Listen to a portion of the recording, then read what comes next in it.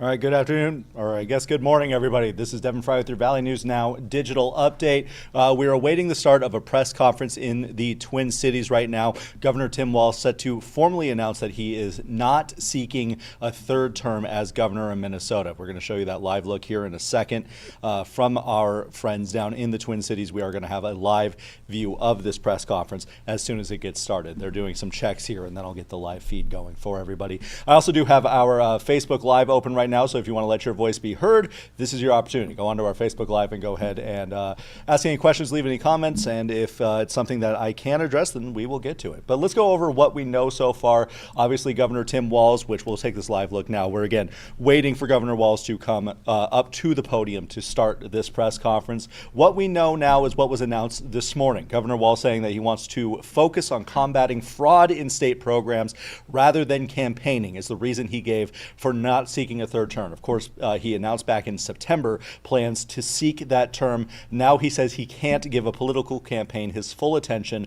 while dealing with what he calls a fraud crisis. Of course, the fraud in Minnesota has been hot on everybody's minds lately. Walz said organized criminal groups have exploited state programs, highlighted actions that he's already taken, including terminating staff and cutting funding streams when the state found this widespread criminal activity. Obviously, some on the other side of the spectrum there have disputed those claims. As the camera focuses on the podium or the door, they're waiting for Governor Tim Walz to come through. We will, of course, take this press conference live when he does come through. We have had some reactions from both sides of the aisle in Minnesota already. Minnesota House Speaker Lisa DeMuth, a Republican gubernatorial candidate, said Democrats cannot escape accountability by replacing Walz.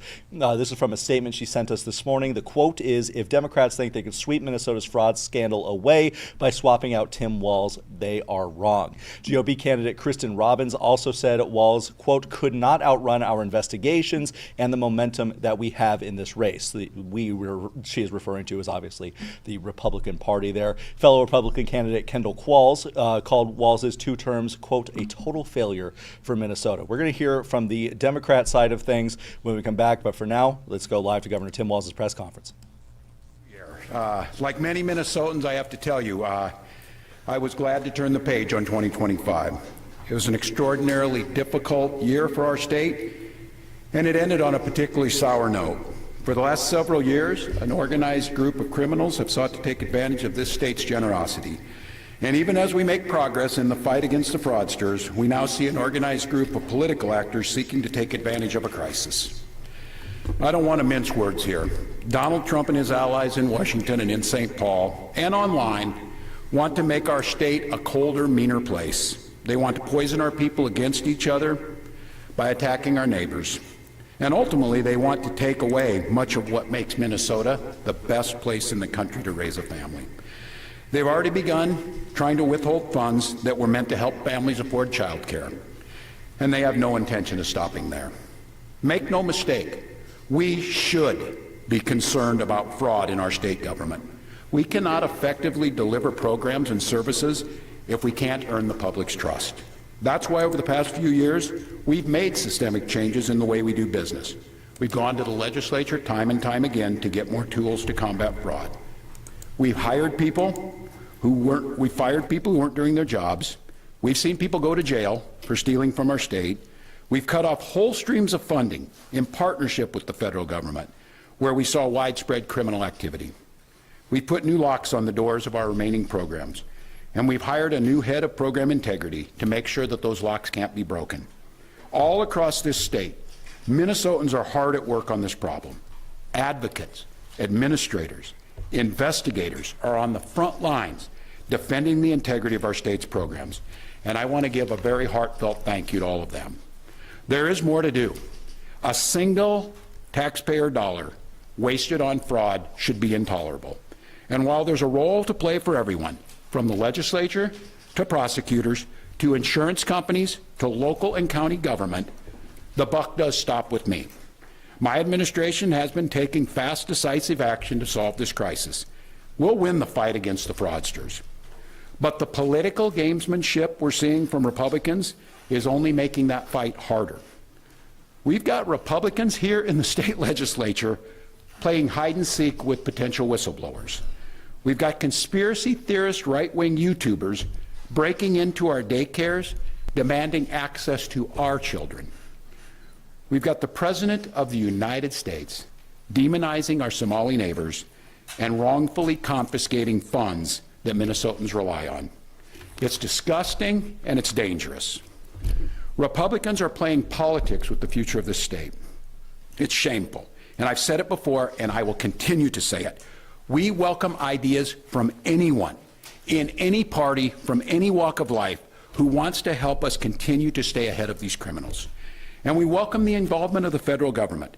I am grateful to the career professionals at the U.S. Attorney's Office and the FBI who have been helping us fight this fight for years. But I cannot abide the actions of the political leadership in Washington. These opportunists are willing to hurt our people to score cheap points. They and their allies have no intention of helping us solve this problem, and every intention of trying to profit off of it. Which brings me to this. 2026 is an election year. Election years have a way of ramping up the politics at a time when we simply can't afford more of that in Minnesota. In September, I announced that I would seek a historic third term as Minnesota's governor, and I have every confidence that if I gave it my all, we would win the race. But as I reflect on this moment with my family and my team over the holidays, I came to the conclusion that I can't give a political campaign my all. Every minute that I spend defending my own political interest would be a minute I can't spend defending the people of Minnesota against the criminals who prey on our generosity and the cynics who want to prey on our differences. So I've decided to step out of this race, and I'll let others worry about the election while I focus on the work that's in front of me for the next year. I'm passing on this race with zero sadness and zero regret. I did not run for this job to have the job. I ran for the job to do the job. Minnesota faces enormous challenges this year, and I refuse to spend a single minute doing anything other than rising to meet this moment. Minnesota has always come first and always will. That's what I believe servant leadership demands of me. As an optimist, I'll hold out some hope that my friends on the other side of the aisle will consider what servant leadership demands of them in the moment. We can work together to combat against the criminals. We can work together to rebuild the public's trust and make our state stronger.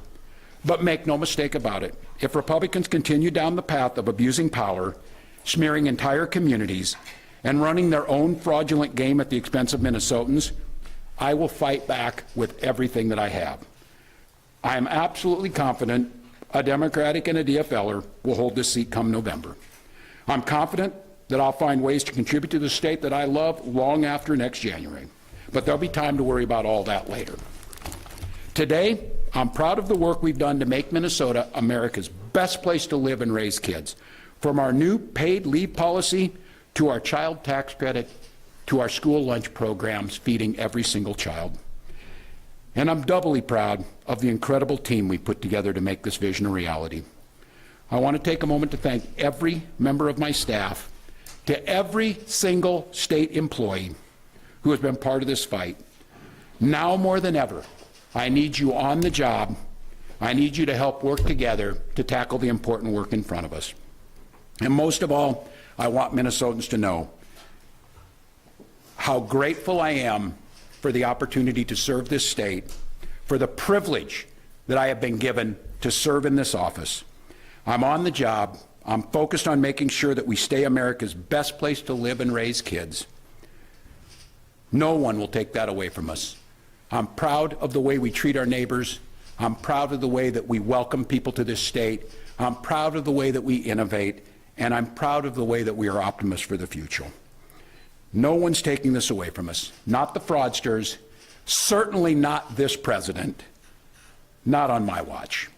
Tomorrow, I'll be back with you. I'll give you an update on America's best paid family medical leave program that is now a week into it. And at that time, I'll take all your questions. Thank you all. Thank you, press. Stay back tomorrow. Thanks, folks. I'll have more tomorrow. Appreciate it. Thank you. Well, there we go. The press conference there from Governor Tim Walz. Again, he said he's going to take questions tomorrow, but as for what this press conference was, it was pretty much word for word the statement that he released this morning announcing his decision to step down. So not a whole lot of new information from that one. Again, we were talking about the reaction to Governor Walz's decision. We talked about the Republican side, their reactions to Walz's decision to not seek a third term. We'll go ahead and go through that again real quickly for you guys here who may be just joining us, and then we'll go ahead and sign off for the morning here. We can go ahead and keep this live look going. You never know what's going to happen, and we have it, so why leave it out? Minnesota House Speaker Lisa DeMuth responding, a Republican gubernatorial candidate, saying that Democrats cannot escape accountability by replacing Walz. GOP candidate Kristen Robbins said that Walz, quote, could not outrun our investigations and the momentum we, meaning Republicans, have in this race. And fellow Republican candidate Kendall Qualls, an Army veteran, called Walz's 2 terms, quote, a total failure for Minnesota. Some DFL reaction here. Minnesota DFL Party Chair Richard Karlbaum thanked Walz for his years of public service, saying that Tim Walz and his wife served Minnesota with deep commitment to servant leadership. The Attorney General Keith Ellison praised Walz's legacy, citing free school meals, universal background checks, and paid family leave, which we heard Walz talk about a little bit in the press conference. Ellison also calling Walz a remarkable leader. So again, with the press conference that we just got, not a whole lot of new information. It was pretty much word for word the statement that was issued this morning on Walz's decision to not run for a third term. You can go read that on our website, valleynewslive.com. Now, if you missed the press conference, it looks like he's going to take some questions about what's to come tomorrow. So we'll have to be sure to stay tuned there. But for now, for Valley News Now, I'm Devin Fry.